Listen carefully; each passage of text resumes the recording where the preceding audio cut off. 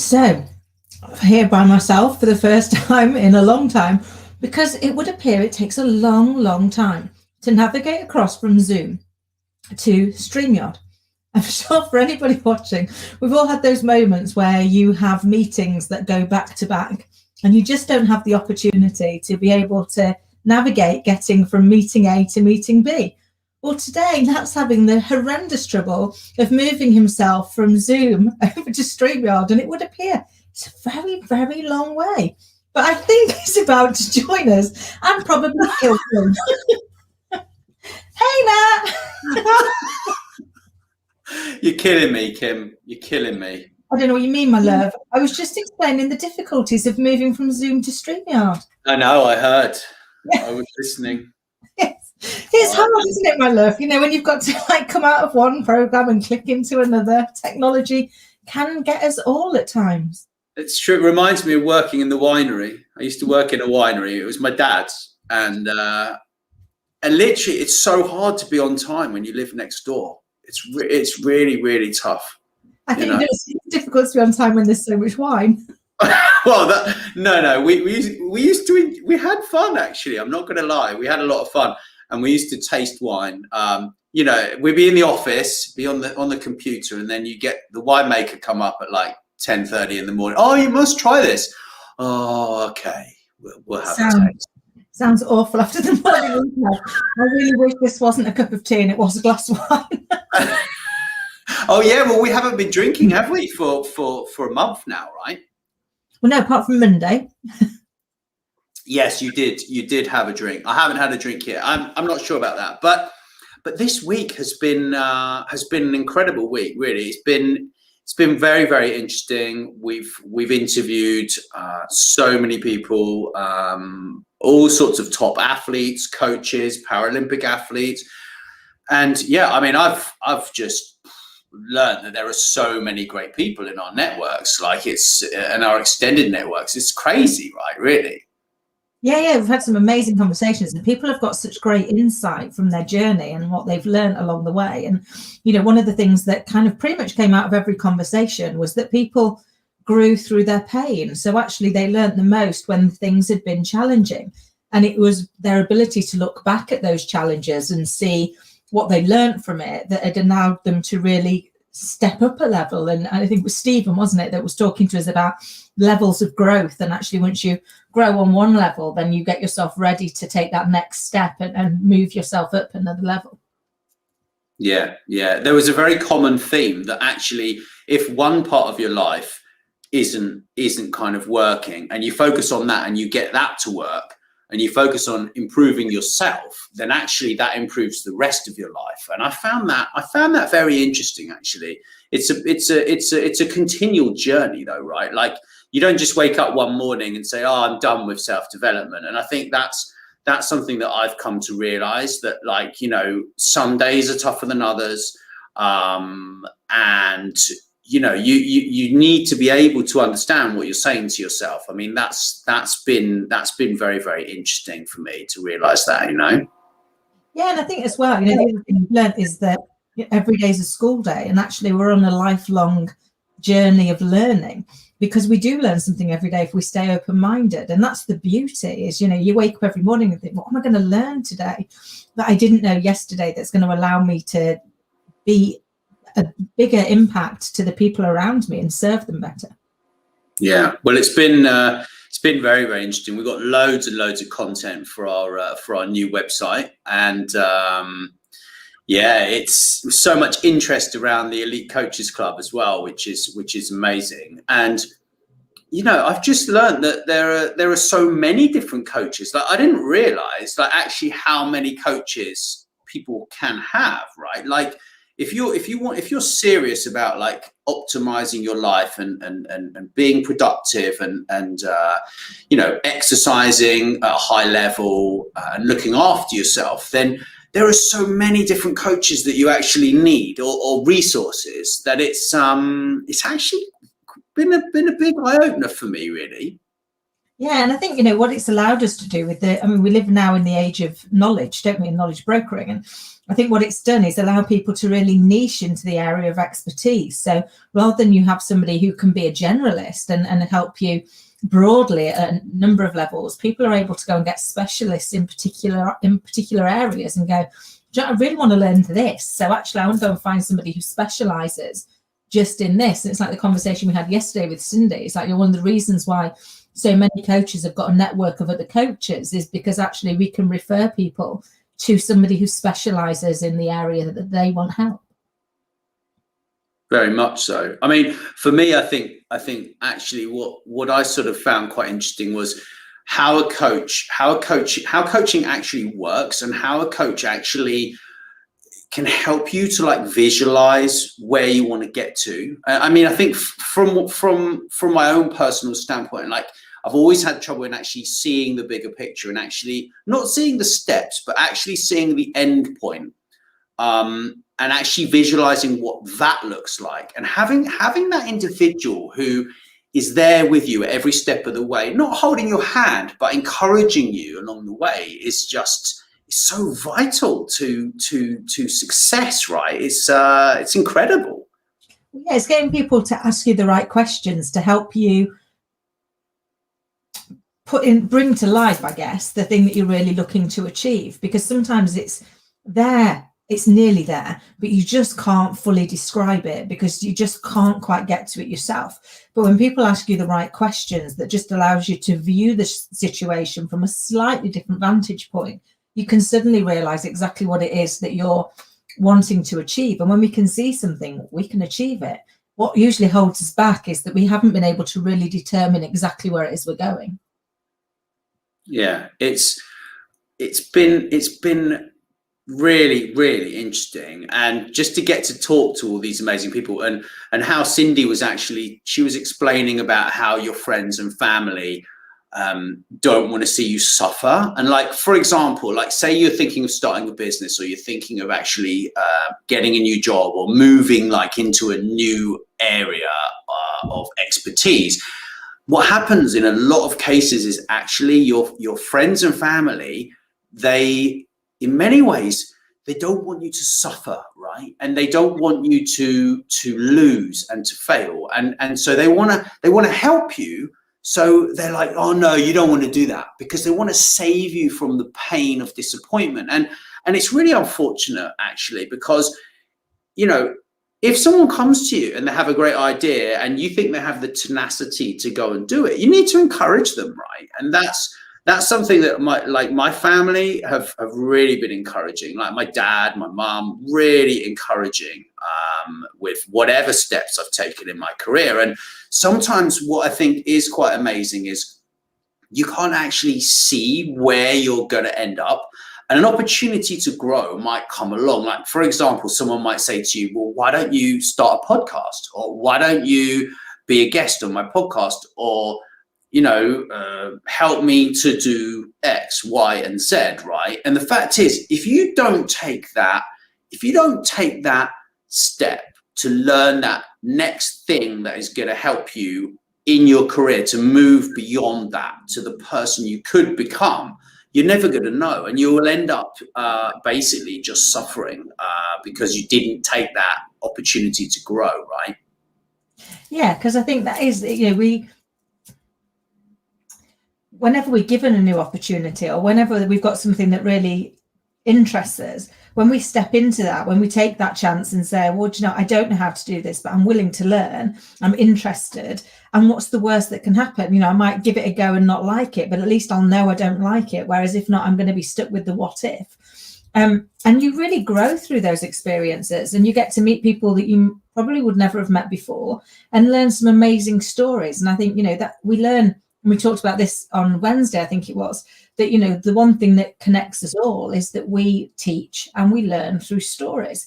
We've been doing it since cavemen. We've been doing it with their drawings, with the hieroglyphics. It's how all of us teach our children and learn ourselves. And actually, if we could just open ourselves up to learn more stories, to seek to understand the other person, and imagine what else we can learn and what we could grow from as a result of that. I think it's very difficult though to learn and to actually listen. I mean, that was a big thing that that we sort of talked about with Brian Kramer and Stephen Gillen, who both have masses of experience within coaching and business as well, and life. And it's a really difficult one when you have these needs and you have goals and you have a desired outcome from a meeting. I mean, this is a big thing, but what's amazing is when you start to listen, people will tell you so many things and so much stuff that actually, if you took the time to properly listen to what people said to you, you'd be able to help them in the way that actually would form a lifetime's friendship and business relationship, right?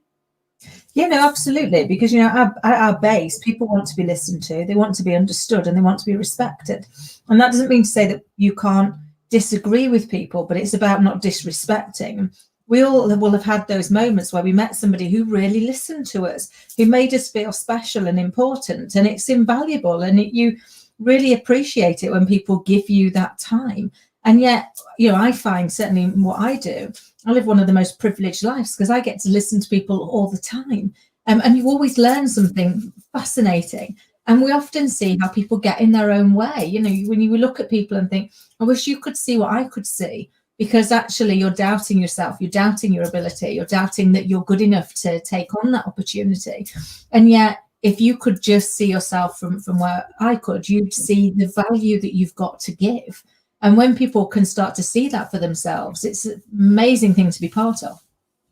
Yeah, I think also it's people are very scared of the kind of the future, right? And actually they're not willing to just get stuck in now and focus on something like for a year or 2 years down the line. And this is a big problem of being short-term focused. And I've suffered from it in the past. I think a lot of people have suffered from that, and in particular coaches as well. I mean, certainly the ones that are maybe just starting their coaching practice, just going online for the first time to do coaching instead of face-to-face coaching, like even entrepreneurs doing the same thing, right? Like, and actually, if you start looking at a year down the line and say, well, in a year's time, I want to be here. In 3 years, I want to be there. In 5 years, I want to be here, right? What happens is that it's like you focus on that target. And actually, that is what really makes things happen as far as I can see. Yeah, and I think sometimes it can be really hard when we're trying something that's new that we don't really know whether it's going to work or it's not going to work. We can get a little bit frustrated that it's not working yet, that actually, we're doing all of this hard work, we're putting ourselves into an uncomfortable position, we're challenging ourselves to go and do something that doesn't feel that comfortable, that we don't know if it's going to be useful or relevant or interesting to anybody else, and you're still doing it. And that's why sometimes people can stop, because what we often lack is any feedback. We lack somebody coming back to us and saying, do you know, that was really useful, or keep going because actually that's really helping people, or I really learned something from this. And it's one of the things, and particularly as British people, we're terribly reserved, aren't we? So we don't go and say to somebody, what an amazing job you're doing, keep going, because actually you're really helping. Oh, thank you for that, I really needed it. And yet we'll all have had those people that touched base with us one day on a day we really needed it and said thank you, or reminded us of something that we'd done that perhaps we dismissed as not being particularly impressive or helpful, but it made a massive difference to that person's day. And I think, the more that we can actually get comfortable in sharing that, in taking the time to go and say to people, do you know what, you really helped me today, I really needed that, or thank you for this, because it really helped me do something else. And the same when we think about giving people opportunities, the one thing that is true is that none of us want to be foolish. We don't want to get things wrong. We don't want to be laughed at or made to feel stupid. So if we're giving somebody an opportunity, if we're asking somebody to do a task for us, or to do some work for us, or to come on a show and be interviewed for us, we're doing it because we absolutely believe that they're going to do an amazing job. And actually what we should do is be really overt with that and let them know, the amount of people that we chat to, and you and I do it all the time, where we talk to people, but we let them know that the reason that we're talking to them is because we know that their insight is going to be invaluable to us and hopefully to other people that are listening. And therefore, we're asking them because we know how good they're going to be. But letting people know that up front can help with the nerves, because we all get nervous. We turn this on twice a week and still sit there going, what on earth are we going to say that's going to be any interest whatsoever? But then you kind of keep going, don't you? Well, the good news is that I can edit it and cut out the bits that where we say things like that. Really, Thanks. It's okay. But no, I think you're completely right, and it's almost like when you ask someone to do something, right, or you give someone an opportunity, you wouldn't offer that opportunity if you didn't see that brilliance within them, and you didn't see that they could actually transform their life by taking your advice and just doing it, right. And that's just so exciting, like actually having an effect on someone's life so that you can change their life and they can move forwards is what coaches do, right? Like, I don't really coach people. I coach people for free, right? Coaching isn't my particular skill, but I like to inspire people just from putting content out there. Like, that's my mission in life, is to help people to get over roadblocks so they can create the lives that they want. And so from this week, Kim, what's been the most amazing information that you've kind of had from this week? I think for me, it's been the consistency of message. So we've spoken to some amazing people with amazing background stories, all of whom are very, very different, have had very different life experiences, very different challenges that were thrown at them, different opportunities. And yet they all said the same thing, which is we learn from the people around us. We have to keep ourselves open-minded, and we have to go back and say, what am I learning? What's this teaching me? And look for the lessons. And I think that was something that I kind of always had thought, I often say, my nan used to say every day's a school day, and God bless her, she was right. We learn something every day. But to see such consistency across so many sectors, industries, life experiences, that kind of pulled it back to those really simple lessons of be yourself, be authentically you, to be vulnerable appropriately. And by that, what I mean is be honest about it. So don't create a vulnerability that you don't have. But, if you're feeling a bit vulnerable about something, you can share it, and you can share vulnerability without losing credibility. It's about making sure that everything we're doing because we're trying to leave things better than we found them. And I think if you go into life with that view, you won't go far wrong. Yeah, very much so. And yeah, I just found it very inspiring. Like, all of these inspiring people, I mean, from James Owen Roberts, the Paralympic athlete turned transformation coach, all the way through to, world record holder, Kate Strong, who's going for another world record this weekend. All of those inspiring people, and they're living life on their terms. I mean, that's something that I actually got from everyone this last week, really, is that they are living life on their terms. And I found that very, very interesting. Yeah, and I think you're right. They defined their own success, and they were comfortable with that. So they weren't comparing their view of success with anybody else's. They were saying, do you know what, this is my life, my view, my destiny, and therefore that's what I'm going to look at. I'm not going to start comparing myself with everybody else, because I'm not them. I've not got their set of circumstances. I've not got their set of opportunities or challenges. I've got my own, and actually the only thing that I can really influence is my own. And that's quite different, isn't it? We live in a world of compare and despair, and we look at the seemingly perfect view of everybody else's life and the messy reality of our own and find ourselves lacking. But the reality is that everybody's life gets a little bit messy sometimes, just like everybody's life can have some really positive elements in it. And we don't always know what's going on in somebody else's world. So we should take a bit more time to try and understand, I think.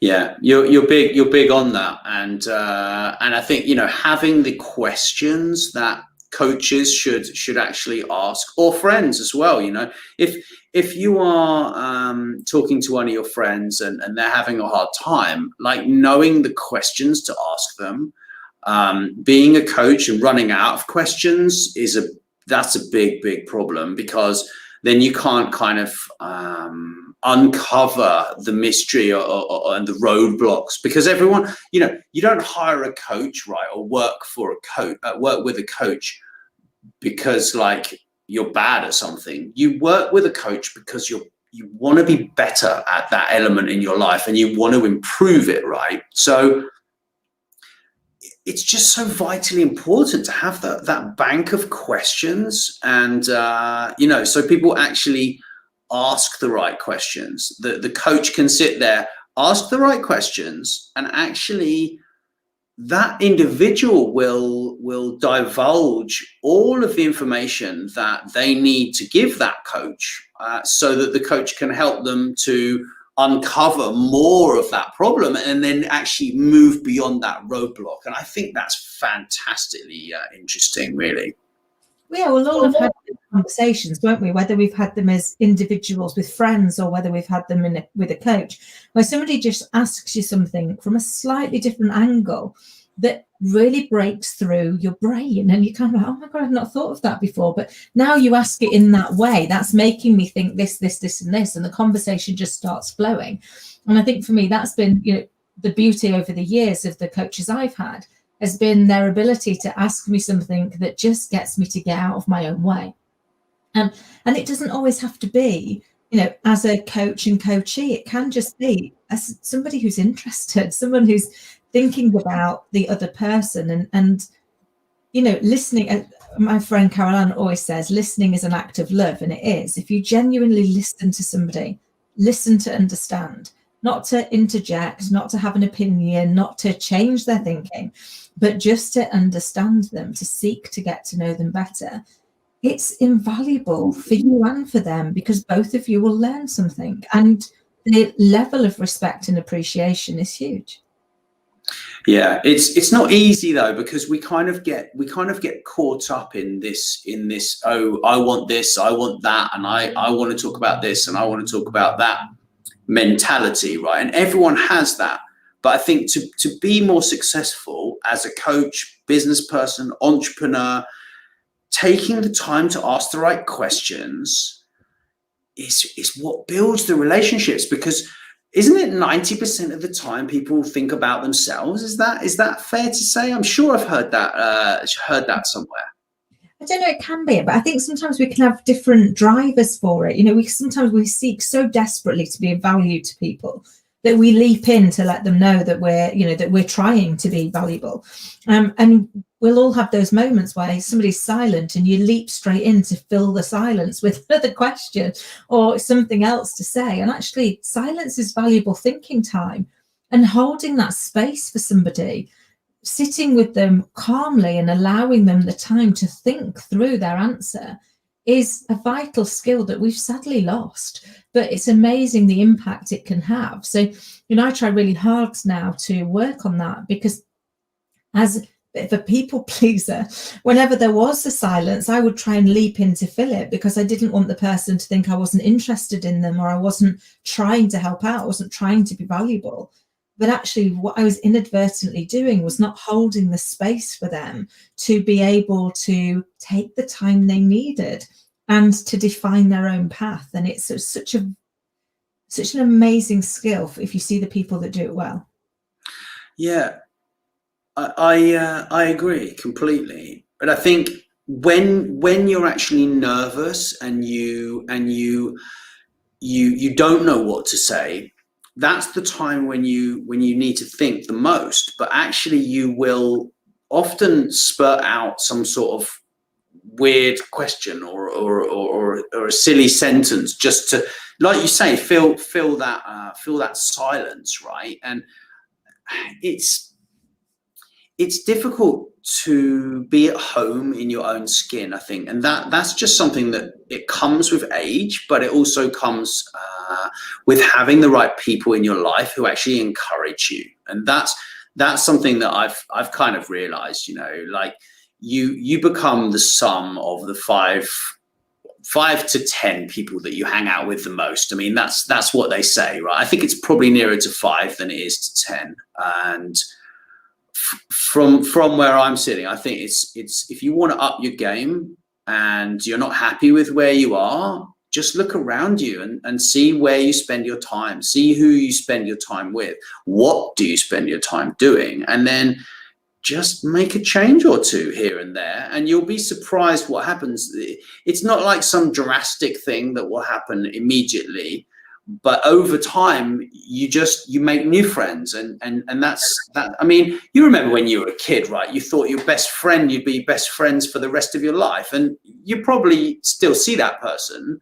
A lot of people don't, you know, and people come and go in your life, and that's just the way it is, you know. Yeah, no, I think it's true, and I'm very fortunate. My best friend's been my best friend since we met when we were 4, so or at least she's one of my best friends, and I'm really proud of that. But I've also got other friends over the years that, you know, that have come and gone, and I know I'm also relatively unusual to still have my best friend from all those years ago. Poor soul would have got less for murder, but you know, she's quite happy. She stays there. But I think, you know, it was interesting. I did a speech for a group of underprivileged teenagers a while ago, and we were asking them about where they saw themselves, where did they want to be, you know, in 10, 15 years time. And they were all looking at each other, like checking what they said in case that wasn't going to be deemed to be right, or if their friend didn't think it. And I remember saying to them, you know, the chances are that the people sat next to you today are still going to be sat next to you in 5 or 10 years' time is highly unlikely. And therefore, you've got to make your choices based on your desires, based on what you want, not what they want, because you've only got one life.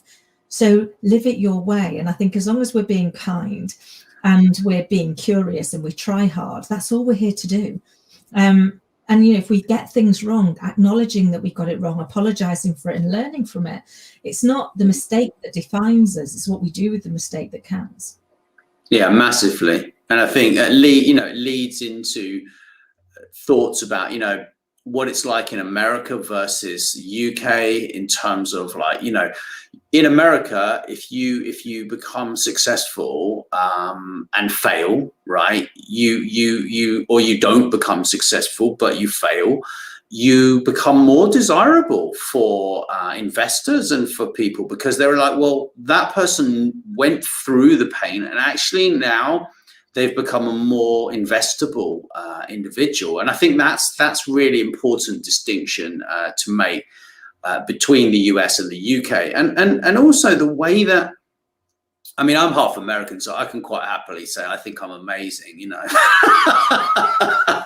Right? But like in England, it's like, oh, I'm not bad at that, or I'm okay at that. But it's like, no, if you know how to do it, then, and you're you are unconsciously competent, yeah, then you're good at it, and you need to tell people that you're good at it, because no one's going to stand there at the end of the street and tell everyone how great you are. Like, if you don't tell people, how are they going to know, right? And this is the biggest problem that I see with people who, they have confidence in themselves, but they almost feel scared that they can turn around and say, well, I'm really good at that, or I'm really good at this. It's like, well, you should tell people. There's nothing wrong with that, but there's a fine line, right, between being confident and being egotistical and arrogant, you know?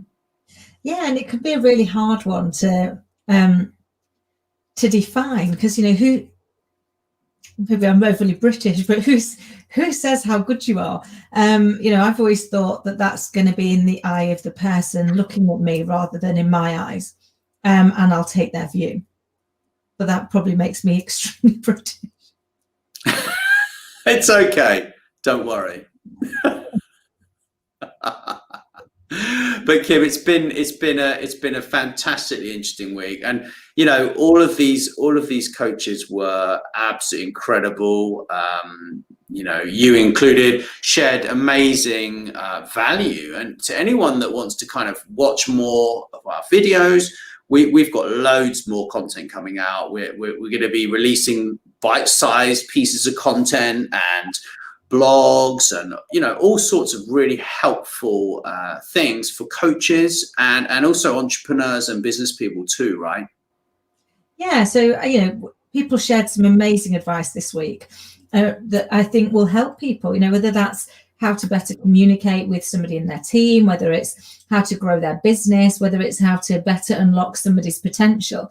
And I guess that's our purpose, is to just try and share things to help us all grow.